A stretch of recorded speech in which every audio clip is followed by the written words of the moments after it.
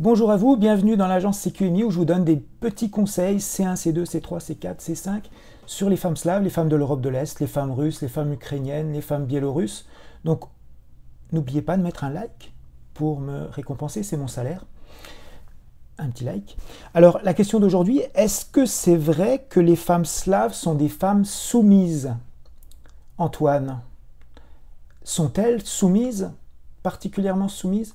Alors c'est pas une bonne question. Je vous dis tout de suite, c'est pas une bonne question. C'est pas une question de soumission. Parce que les gens qui disent soumis, c'est souvent dans les milieux féministes, il y a un côté dégradant dans le terme soumise. Par contre, ce qu'il faut savoir, c'est que les femmes slaves sont des femmes très fortes de caractère. Donc c'est pas des femmes qui sont effacées. Je dis souvent au cours de mes lives, tous les dimanches sur YouTube, que dans les pays de l'Europe de l'Est, dans les pays de l'ex-Union soviétique, ce sont les femmes qui m'impressionnent le plus.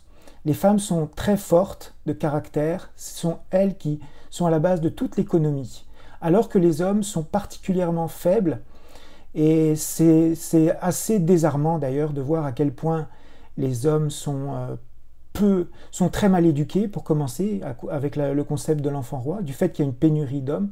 Et les femmes, au contraire, dès le plus jeune âge, sont éduquées pour travailler dur. Moi, je vous parle souvent de ma femme, Borislava, et de sa sœur, qui sont des bêtes de travail, des femmes qui sont à la fois douces, féminines et très travaillantes. Alors par contre, ce qu'il faut bien comprendre, et c'est là que le terme soumise est mal interprété, c'est que dans le couple traditionnel slave, l'homme et la femme ont des rôles différents. Les rôles sont genrés, on dit.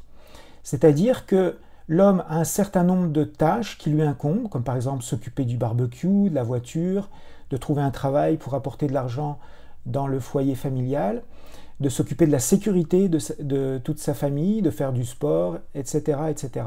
La femme, à l'inverse, a des rôles précis qui lui incombent: s'occuper de la maison, le confort de la maison, s'occuper de l'éducation des enfants, s'occuper de la cuisine, s'occuper des tâches ménagères, s'occuper de créer un confort, un liant, une harmonie dans la famille.